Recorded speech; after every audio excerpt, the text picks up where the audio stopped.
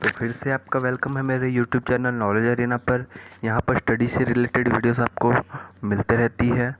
तो आज हम बात करने वाले हैं एक चर का द्विघात समीकरण का जो पार्ट वन में मैंने बताया था कि आप किस प्रकार समीकरण को हल कर सकते हैं, उसके जो मूल होते हैं कैसे निकालते हैं और मूलों को हल करके समीकरण की जांच कैसे करते हैं। ये 3 टॉपिक करके मैंने आपको बताया था। एक और क्वेश्चन आज बनाते हैं, समीकरणों का हल कैसे करते हैं गुणनखंड विधि से। फिर उसके बाद हम जो सूत्र विधि है उसका यूज़ करके हम समीकरण का हल कैसे ज्ञात करेंगे उसको भी देखेंगे। चलिए एक क्वेश्चन बनाते हैं, ज़्यादा नहीं। मैंने क्वेश्चन क्यों लिया, क्योंकि आपको थोड़ा सा और समझाने के लिए, क्योंकि आप मेरे पिछले पार्ट में देखेंगे तो आपको शायद समझ ना आए, तो मैं इस क्वेश्चन को भी बता दे रहा हूँ, है ना। तो चलिए अंतिम क्वेश्चन, गुणनखंड खत्म हो जाता है ये। चलिए स्टार्ट करते हैं। पहले इन दोनों का मल्टीप्लाई करना है, यहाँ पर बाजू में लिख देते हैं क्योंकि ये लिख रहे हैं, ये रफ कार्य हो गया यहाँ। तो यहाँ पर हम बाजू में लिख देते हैं दिया गया 30। अब हम ऐसे गुणनखंड ढूंढने हैं, कोई भी दो ऐसे गुणनखंड ढूंढने हैं जिसका जोड़ या घटान करने पर आ जाए 11 और गुणा करने पर आए वह 30। ठीक है, पहले देखते हैं कौन कौन से गुणा कौन से आते हैं, बता दूं तो 10 गुणित 3 10 या 30 होते हैं। लेकिन इसको हम जोड़ या घटान करके 11 नहीं ला सकते, है ना। 10 में से 3 घटाएंगे तो 7 आ जाएगा, 10 में से 3 ऐड कर देंगे तो आपके पास 13 आ जाएगा, लेकिन हमारे पास 11 नहीं आएगा। और कौन कौन से होते हैं, 6, हाँ ये होते हैं 6 5 6 30, 6 5 6 5 6 30 होता है, 6 5 6 30। देखिए, और हम 6 प्लस 5 को हम जब ऐड करें तो यहाँ पर हमें 11 भी मिल रहा है। ये वाला यहाँ पर यूज़ करेंगे हम, ठीक है। तो हल में लिखेंगे 3x², यहाँ पर जगह छोड़ देते हैं, प्लस 10 इज इक्वल टू 0। अब हमको ये कहना है यहाँ पर 11 लाना है। 11 कैसे लाएंगे, 6 और 5 को यूज़ करना है, तो -6x minus 5x plus 10 is equal to 0। ठीक है, माइनस माइनस का होता है प्लस, और चिन्ह माइनस था इसलिए हम दोनों को माइनस। ठीक है, तो अब हम कॉमन निकालेंगे, उभयनिष्ठ निकालेंगे। इन दोनों में देखेंगे तो 3x कॉमन आएगा और क्या बचेगा x -2। और यहाँ से हम यदि 5 कॉमन लिए, -5 ना, ये माइनस है, माइनस को माइनस रहने दिया, केवल 5 कॉमन लिया, x -2 इज इक्वल टू 0, क्योंकि यहाँ जो रहता है उसको यहाँ पर लिख देते हैं। तो 3x -5 एक आया और एक x -2 इज इक्वल टू 0 आ गया। यहाँ पर दो हमारे पास गुणनखंड प्राप्त हुए। अब दोनों को 0 के बराबर रख देंगे, तो 3x -5 बराबर 0 को बराबर रखेंगे तो 3x बराबर 5, तो x बराबर आ जाएगा 5/3। और यदि हम x -2 को 0 के बराबर रखें तो x बराबर आ जाएगा 2। तो इस प्रकार से समीकरणों का हल किया जाए और समीकरण भी कहते हैं। और इस समीकरणों के जो आए आंसर जो आए, हल जो आया, उसे यदि हम इस समीकरण में रखेंगे तो वह 0 के बराबर आएगा, तब वह आंसर राइट है।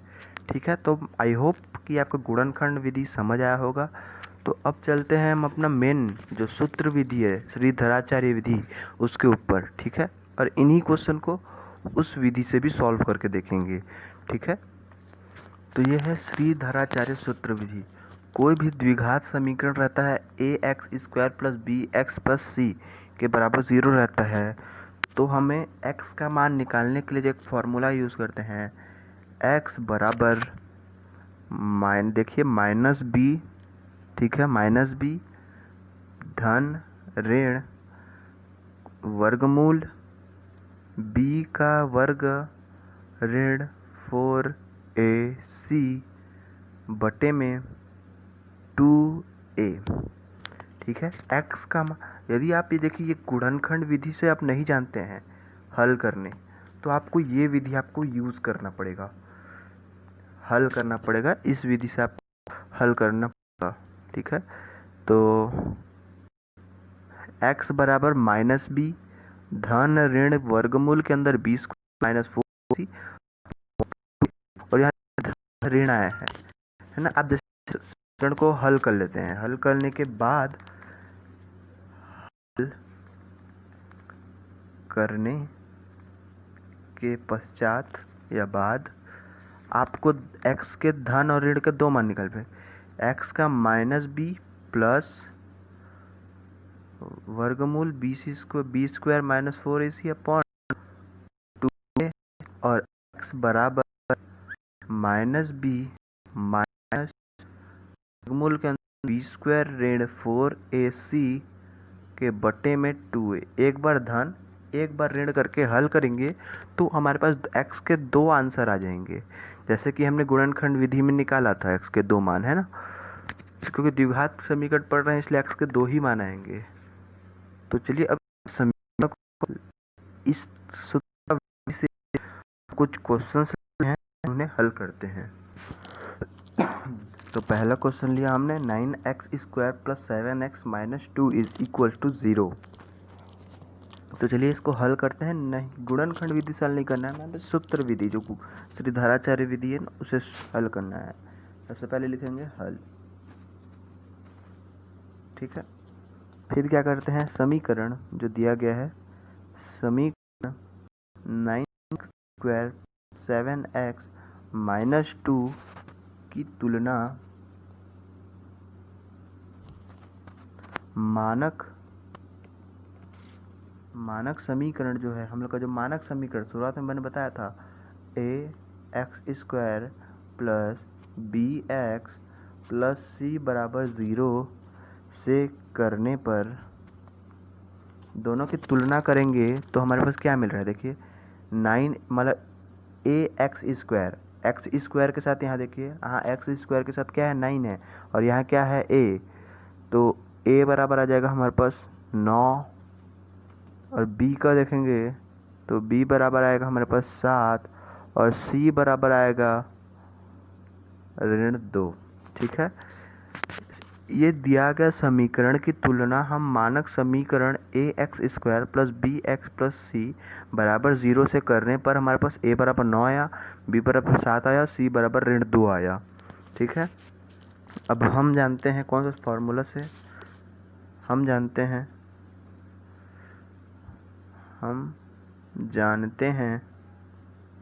सूत्र, क्या जानते हैं हम, सूत्र कौन सा जानते हैं, x बराबर ऋण b धन ऋण b का वर्ग ऋण 4ac बटे में 2a, ये हम सूत्र जानते हैं। अब इस सूत्र में a b c के मान को रखेंगे और हमारा आंसर आ जाएगा बस, ठीक है। तो x बराबर b, हमारा b कौन सा है, हमारे पास ऋण है, और b क्या है हमारे पास 7, धन ऋण वर्गमूल b का वर्ग मतलब 7 का वर्ग, 7 का वर्ग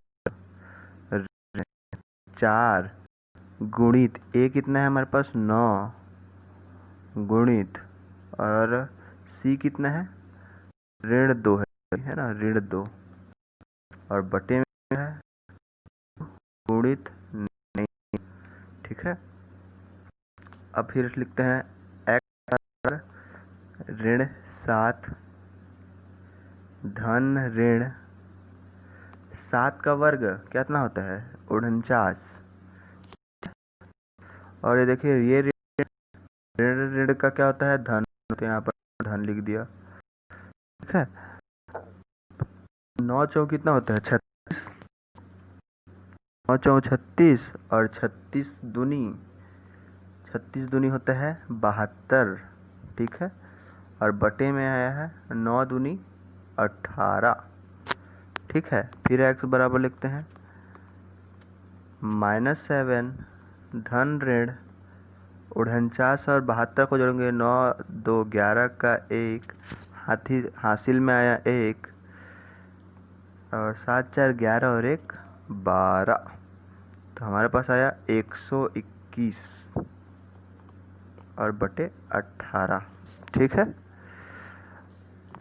और हम अब देखें तो x बराबर आ जाएगा हमारे पास ऋण 7 धन ऋण, इसको हम क्या लिख सकते हैं, 121 को 11 गुणित 11, और आपने वर्गमूल के गुणधर्म में आपने देखा होगा कोई भी दो संख्याएं वाले सेम टू सेम रहते हैं तो उन्हें एक ठो करके बाहर निकाल दिया जाता है।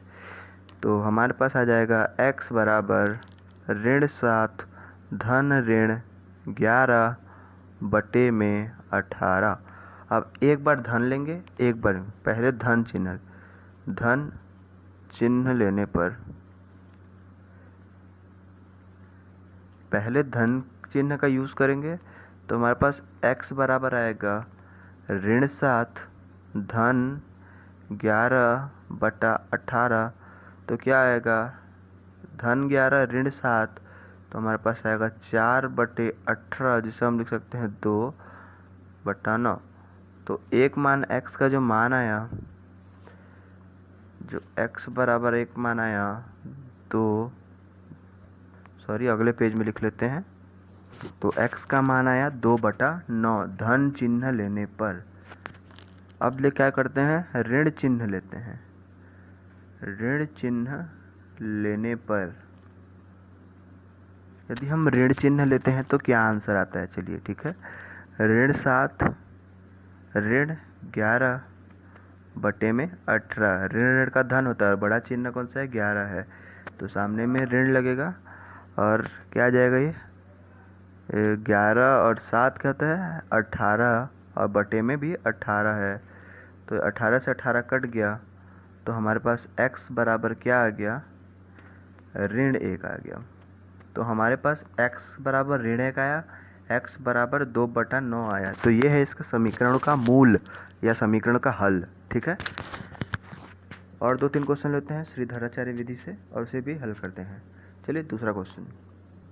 तो चलिए मैंने एक क्वेश्चन ले लिया है, 6x² प्लस x माइनस 2 बराबर 0। इस समीकरण की तुलना मानक समीकरण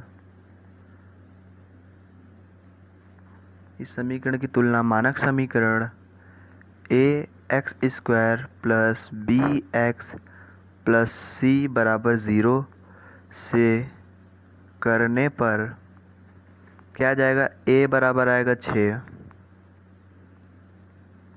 b बराबर आएगा कुछ नहीं है 1 है, b बराबर आएगा a, और c बराबर कितना आएगा, ऋण 2। ठीक है, अब a b c के मान मिल गया हमको। अब हम जानते हैं सूत्र। हम क्या जानते हैं सूत्र से, x बराबर होता है ऋण b धन ऋण b का वर्ग ऋण 4ac, और बटे में क्या होता है 2a। ठीक है, बटे में होता है 2 और a। ठीक है, अब मान रखते हैं x के साथ, ऋण b क्या है 1, तो -1 धन ऋण 1 का वर्ग ऋण 4 गुणित ऋण 2, नहीं 4 गुणित 6 गुणित ऋण 2 बटे में 2 गुणित 6। ठीक है, 2 × 6। अब देखो थोड़ा सा इसे हल कर लेते हैं। तो x बराबर क्या आएगा, ऋण 1 धन ऋण 1 का वर्ग कितना होता है, 1 ही होता है ना, 1 का वर्ग 1 ही होता है, ऋण देखिए ऋण है, ये भी ऋण है, ऋण का हो गया धन। ठीक है, और 6 × 4 = 24 दूनी 48, 24 दूनी क्या हो गया 6 × 24, 24 दूनी 48, ठीक है, ये 48 हो गया। और बटे में कितना है, 6 दूनी 12 हो गया, ठीक है। अब फिर से लिखते हैं, चलिए x बराबर हमने लिखा -1 धन ऋण 48 धनिक उड़द। तो हम इसको भी हल करते हैं थोड़ा। ऋण 1 धन ऋण, ये क्या होगा, 48 और 1 49 बटे 12। x बराबर ऋण 1 धन ऋण, और इस 49 को हम कैसे तोड़े, जो 49 भी एक के रूप में बाहर निकले। तो देखें, हम 7 का वर्गमूल करते हैं, 7 गुणित 7, 7 गुणित 7 इसका वर्गमूल होगा, 7 7 49, एक बाहर भी आ जाएगा, अपॉन 12। तो x बराबर आएगा ऋण 1 धन ऋण 7 बटे 12, ठीक है। इतना हमको लाना था। अब x का एक बार धनात्मक मान लेंगे और x का एक ऋणात्मक मान लेंगे, तो हमारे पास आंसर आ जाएगा। तो चलिए दोनों चिन्ह लेते हैं। धन चिन्ह लेने पर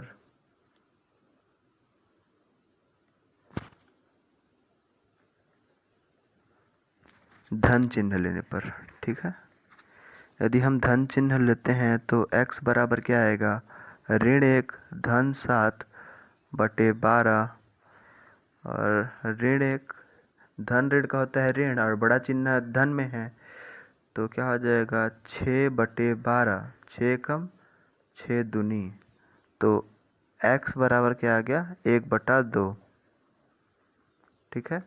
और यदि हम ऋण चिन्ह लेंगे, ऋण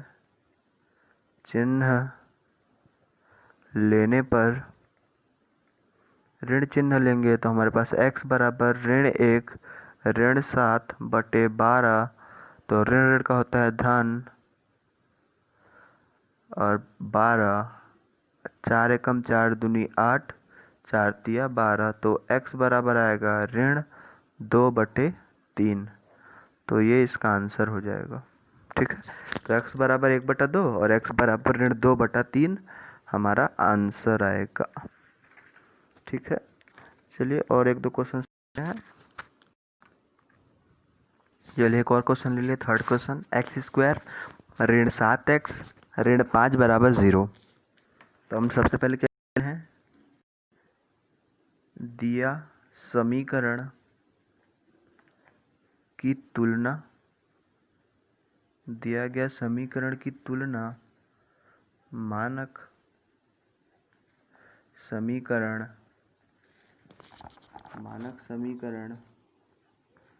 क्या है, मानक समीकरण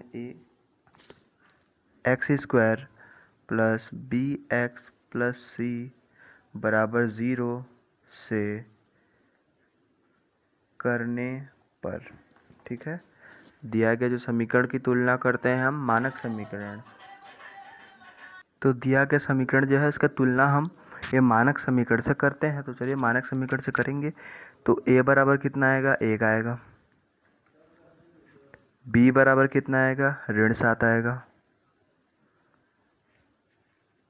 और c बराबर कितना आएगा, ऋण 5 आएगा, ठीक है। हमारे पास a b c का भी मान मिल गया। तो अब हम क्या करते हैं, सूत्र लगा देते हैं, ठीक है। हम जानते हैं कि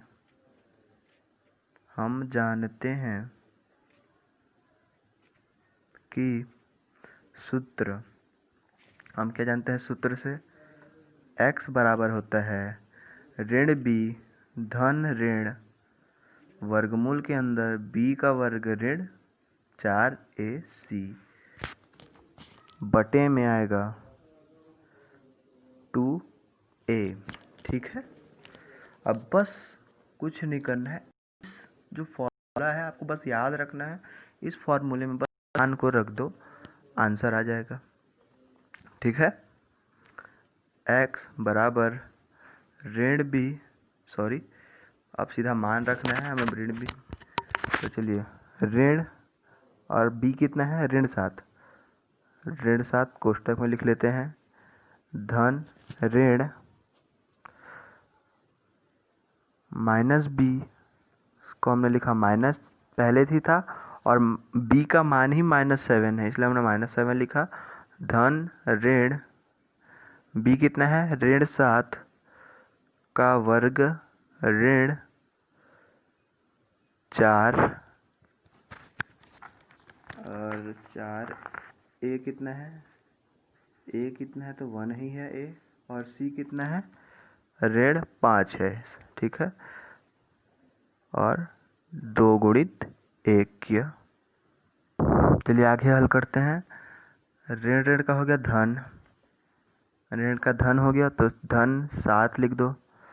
धन ऋण b का वर्ग 7 सत्ते 49, और ऋण ऋण का हो जाएगा धन, ऋण का गुणा ऋण से करेंगे तो वो धन हो जाता है, तो क्या हो गया ये 49 ऋण 4 एकम 4, 4 पंच 6 20, और ऋण ऋण का है यहाँ पर धन, क्योंकि ये ऋण है ये भी ऋण है, ऋण ऋण का हो गया धन, तो 4 पंच 6 20 बटे में कितना आ गया 2, ठीक है। फिर x बराबर लिख देंगे 7 धन ऋण 49 और 20 को जोड़ेंगे तो हमारे पास आ गया 69 बटे 2, ठीक है। अब हम देखिए इस 69 को हम किसी का भी वर्गमूल में तोड़ नहीं सकते। आपको क्या करना है, जो 1 का वर्ग से लेकर ज़्यादा से ज़्यादा 25 के वर्ग तक आपको याद करना है, ठीक है। 1 का वर्ग होता है 1, 2 का वर्ग होता है 4, 3 का वर्ग होता है 9, 4 का वर्ग होता है 16, 5 का वर्ग होता है 25, 6 का वर्ग होता है 36। इस टाइप से आपको 25 तक कम से कम याद रखना है, तो आपको ये फार्मूले में आराम से पुट कर देंगे, क्योंकि देखिए 69 किसी का भी वर्गमूल में नहीं आता है, ठीक है। तो हम यहाँ क्या करते हैं, इसको ऐसे ही रहने दें। अगर किसी का आपका वर्गमूल नहीं आ रहा है तो आप ऐसे ही छोड़ देंगे, ठीक है। धन चिन्ह लेने पर, धन चिन्ह लेने पर, धन चिन्ह लेंगे तो x बराबर क्या आएगा, 7 धन 69 बटे 2, बस इतना ही आएगा। ऋण चिन्ह लेने पर, ऋण चिन्ह यदि लेंगे तो हमारे पास क्या आ जाएगा, x बराबर 7 ऋण 69 बटे में 2 आंसर है। अगर नहीं आ रहा है तो आप नहीं करके भी देंगे तो आप आंसर है, ठीक है। चलिए अगला क्वेश्चन देखते हैं। चौथा क्वेश्चन, 4 ऋण 11x बराबर 3x स्क्वायर। तो ये तो पहले ही देखते हैं, इसे समीकरण रूप में लिख लेते हैं, फिर लिखेंगे हल। पहले से समीकरण रूप में बना लेते हैं, सबको एक तरफ ले आते हैं। 4 ऋण 11x, इसको इधर ले आएंगे तो क्या आ जाएगा, ये ऋण, क्योंकि धन है इधर है, इधर आके क्या होगा ऋण 3x स्क्वायर बराबर में 0। अब ये क्या होता है, आगे में होता है, इसके बाद x वाले पद होता है, उसके लास्ट में 4 होता है, ठीक है। तो क्या लिखते हैं, 3x स्क्वायर ऋण 11x और धन 4 बराबर 0। ऋण को हटाने के लिए हमको इसमें ऋण का गुणा कर, ठीक है, ऋण का गुणा करेंगे तो ऋण ऋण का क्या होता है धन, तो क्या आ गया 3x स्क्वायर। लिख लेते हैं यहाँ पर, ऋण चिन्ह का गुणा करने पर, ऋण चिन्ह का गुणा करेंगे तो ये ऋण ऋण का क्या हो गया, ये धन हो गया। अब ये भी ऋण ऋण का क्या हो गया, धन हो गया, और ये ऋण धन का क्या हो गया, ये ऋण हो गया, लेकिन ऋण 4 बराबर 0। अब देखिए ये हमारे पास समीकरण आ गया, ठीक है। अब इस समीकरण को हल करके हम मान निकालेंगे। तो समीकरण की तुलना मानक समीकरण से करने पर, मानक समीकरण क्या है हमारे पास, ax स्क्वायर धन bx धन c बराबर 0। इससे तुलना करेंगे तो देखेंगे तो क्या आ रहा है, ए बराबर आएगा 3, बी बराबर आएगा 11, सी बराबर आएगा ऋण 4। ठीक है, ए बी सी का मान हमको ज्ञात हो गया। अब हम क्या जानते हैं? हम जानते हैं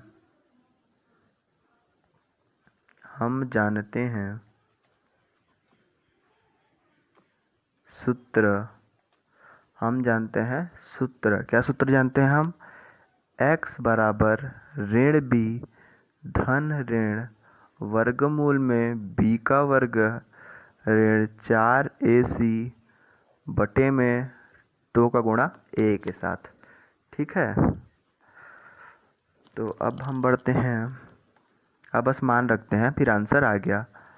x बराबर b कितना है? 11, ऋण 11 धन ऋण 11 का वर्ग ऋण 4 गुणित ए कितना है? 3, सी कितना है? ऋण 4। क्या हो गया? बटा में 2 गुणित 3। ठीक है, फिर से लिखते हैं। x बराबर ऋण 11 धन ऋण 11 का वर्ग कितना होता है? 121 ऋण 4 तिया 12 या तो 4 चौं 16। ठीक है, 4 चौं 16, 16 तिया कितना होता है? 48। और लेकिन ये देखिए ऋण है, ये भी ऋण है, ऋण ऋण का क्या हो गया? धन। ठीक है, ऋण ऋण का क्या हो गया? धन। तो हमने जोड़ दिया, तो और बटे में कितना आ गया? 6। तो x बराबर ऋण 11 धन ऋण 121 और 148 को जोड़ेंगे तो हमारे पास आएगा 169 बटा 6। ठीक है, अब 2 चिन्ह लेंगे एक बार, इसको और थोड़ा हल करते हैं। तो x बराबर आएगा ऋण 11 धन ऋण, अब ये होता है 13 का वर्गमूल, 13 गुणित 13। इसलिए आपको मैं बोल रहा हूँ हर का 1 से लेकर कम से कम 20 याद रख लीजिए, 25 तक याद रख लीजिए, बहुत आसान हो जाएगा। 1 गुणित 1, 2 गुणित 2, 3 गुणित 3, 4 गुणित 4, 5 गुणित 5, 6 गुणित 6, 7 गुणित 7, ऐसे करते करते आपको 25 गुणित 25 तक आपको याद करेंगे तो आपको आंसर मिल जाएगा। जैसे 169 का हमको मिल गया, क्या होता है? 13 गुणित 13 होता है। ठीक है, अब दोनों को एक बार लिख देंगे। ठीक है, हमने x बराबर एक बार 13 लिख लिया। अब चिन्ह लेंगे, धन चिन्ह लेने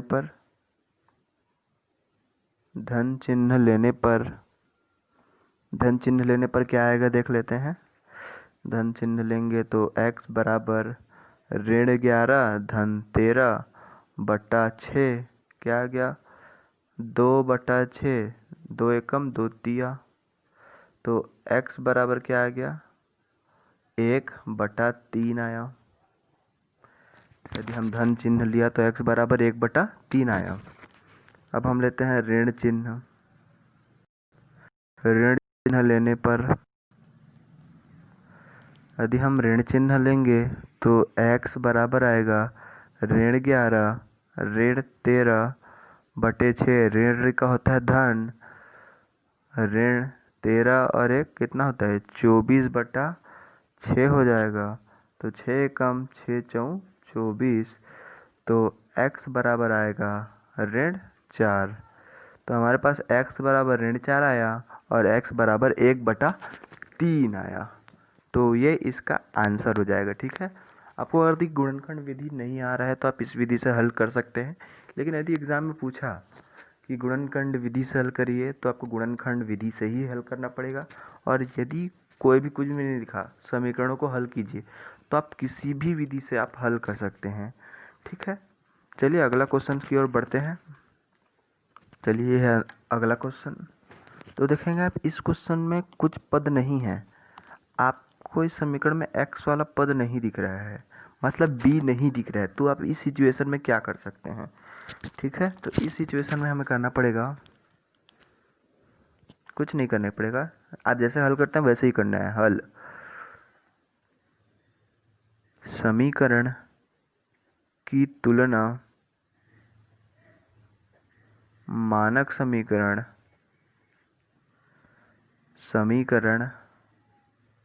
से करने मानक, ये जो समीकरण है इसकी तुलना हमें मानक समीकरण से करने पर, क्या है सर मानक समीकरण क्या आता है आपको, a x square plus b x plus c बराबर 0, यह आपका समीकरण। तो यदि ए बराबर, ये दोनों को तुलना करेंगे तो ए बराबर कितना आ गया 9,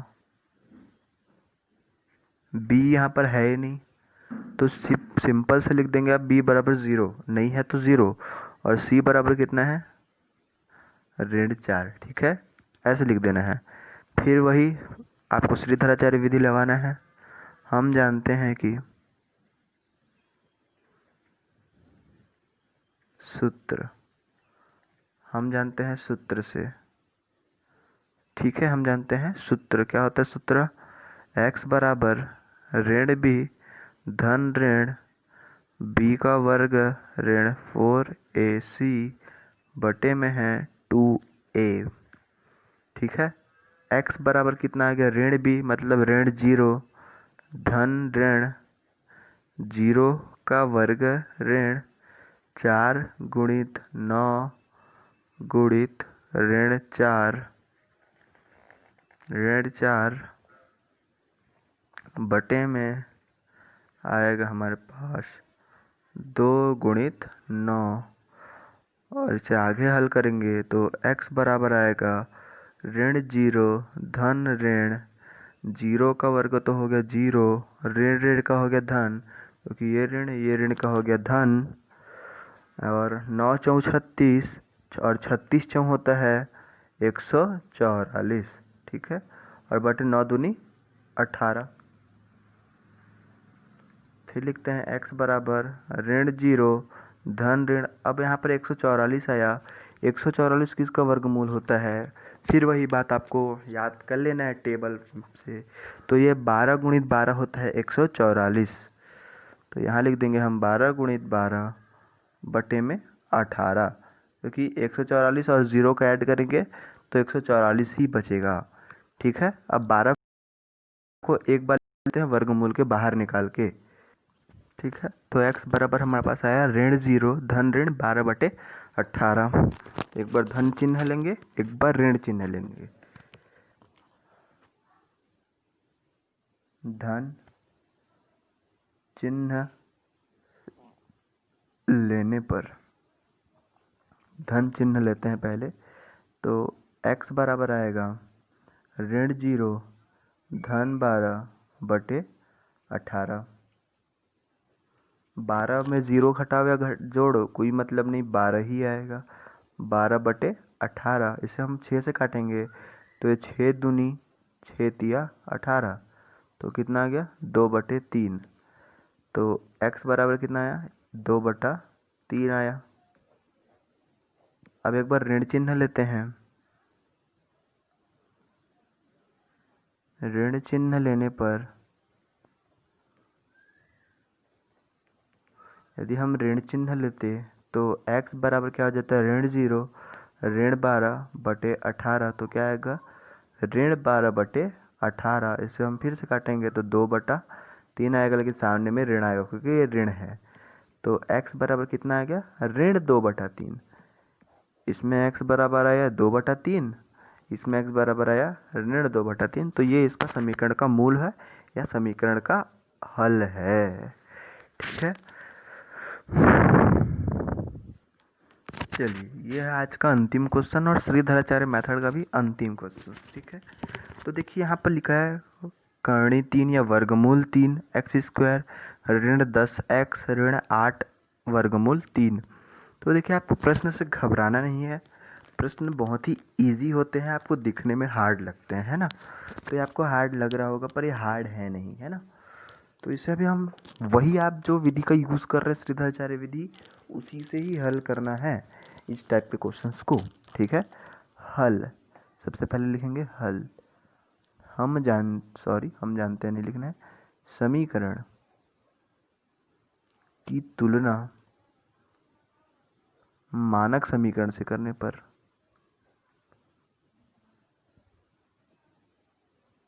मानक समीकरण से करने पर ठीक है, हमारा जो मानक समीकरण है उसी से करने पर मानक समीकरण क्या होता है, लिख लेते हैं ax² plus bx plus c बराबर 0। तो हल यहाँ से मानक समीकरण से तुलना करेंगे तो ax² मतलब a बराबर आएगा वर्गमूल 3, b बराबर आएगा ऋण 10 और c बराबर आएगा ऋण 8 वर्गमूल 3। ठीक है, ये हमारे पास आ गया। अब वही श्रीधराचार्य विधि से हम जानते हैं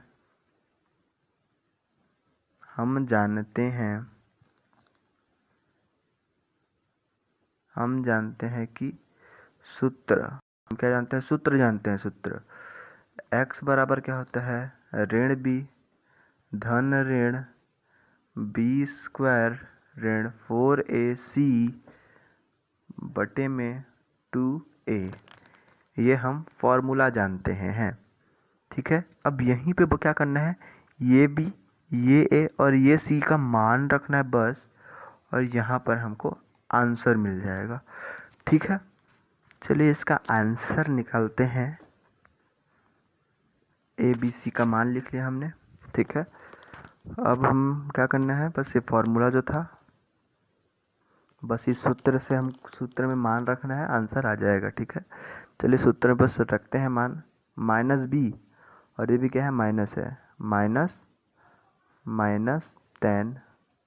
धन ऋण b का वर्ग मतलब 10 का वर्ग ऋण 4 गुणित a कितना है, कर्ण 3 और c कितना है, ऋण 8 कर्ण 3। ठीक है, और बटे में 2 गुणित कर्ण 3।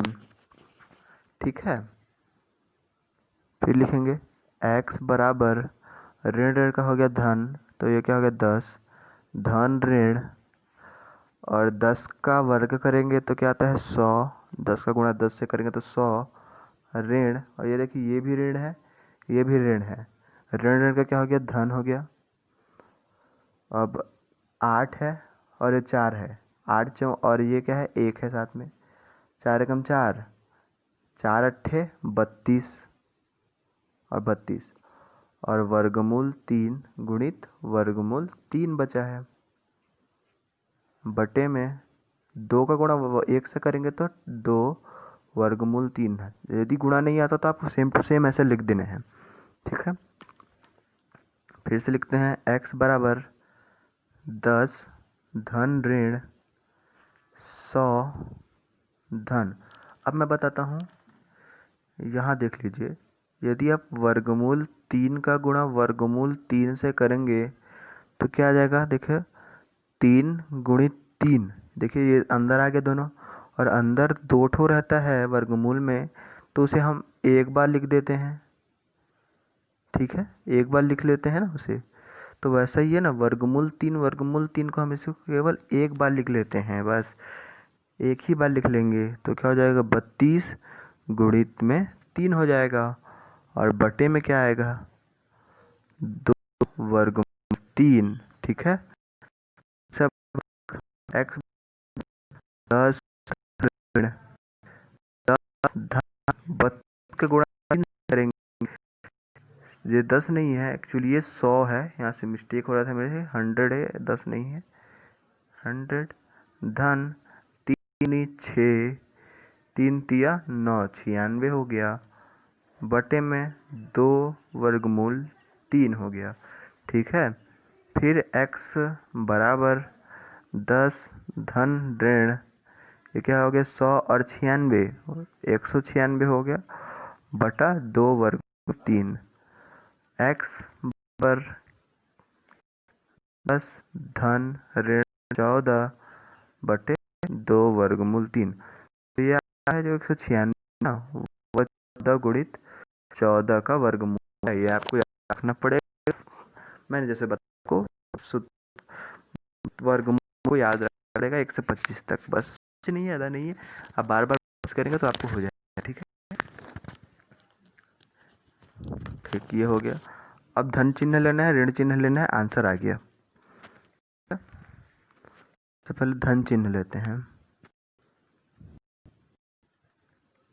धन चिन्ह लेने पर धन चिन्ह लेंगे, क्या आ जाएगा, x बराबर 10 धन 14 बटा 2 वर्गमूल 3। क्या आ जाएगा, 14 धन 10 कितना होता है, 24 बटा 2 वर्गमूल 3, 2 एकम 2 12। ठीक है, अगले पेज में लिख लेते हैं। x बराबर 24 बटा 2 वर्गमूल 3 है। यदि इसके आगे आप हल करना जानते हैं तो आप हल कर सकते हैं। 2 एकम 2 12, तो क्या आ जाएगा, x बराबर कितना आ गया, 12 बटा वर्गमूल 3। यदि आप इसे और हल करना जानते हैं तो आप हल कर सकते हैं, वरना ये आपका आंसर भी है। यदि आप इसको हटाना चाहते हैं तो वर्गमूल 3 और वर्गमूल 3 का ऊपर नीचे गुणा कर दो, तो क्या करेंगे, तो x बराबर ये क्या आ गया, 12 वर्गमूल 3 बटा 3 हो गया।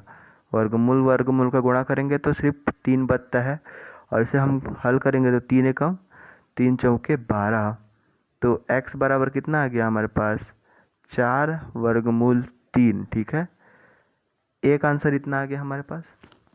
अब हम क्या चिन्ह लेंगे, ऋण चिन्ह। ऋण चिन्ह लेने पर हमें क्या करना है, ऋण चिन्ह लेना है। ऋण चिन्ह लेंगे तो क्या आ जाएगा, x बराबर, ऋण चिन्ह लेंगे तो x बराबर आएगा 10 ऋण 14 बटे में 2 वर्गमूल 3।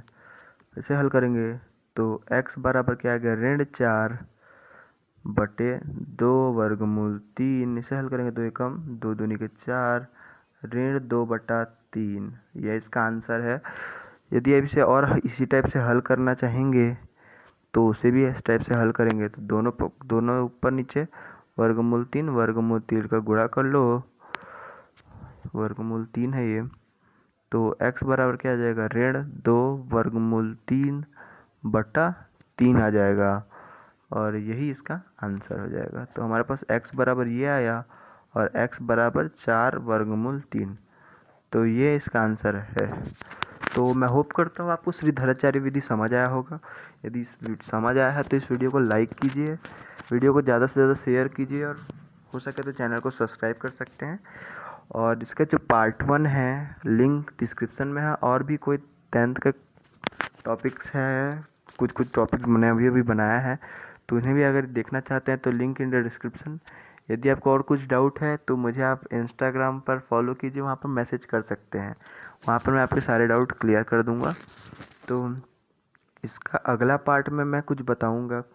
अगले पार्ट में मैं इसके विविक्त कर जो है उसे बताऊँगा।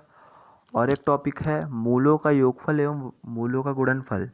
जो मैंने आपको बहुपद में बनाया था, शून्यकों का योगफल, शून्यकों का गुणनफल, उसी प्रकार से मूलों का योगफल और मूलों का गुणनफल का एक टॉपिक है, उसे बताऊंगा। ठीक है, उसमें पार्ट 3 को कवर करेंगे। पार्ट 3 की वीडियो की लिंक भी डिस्क्रिप्शन पे होगी, यदि बन जाएगी तो। ठीक है, बनाने के बाद मैं लिंक डिस्क्रिप्शन में डाल दूंगा। तो होप करता हूँ ये वीडियो आपको पसंद आया होगा, और इसी तरह के लेटेस्ट वीडियो जानने के लिए आप मेरे चैनल को सब्सक्राइब कर सकते हैं। ठीक है, और लोगों को शेयर कीजिएगा। ठीक है, और चलिए, धन्यवाद।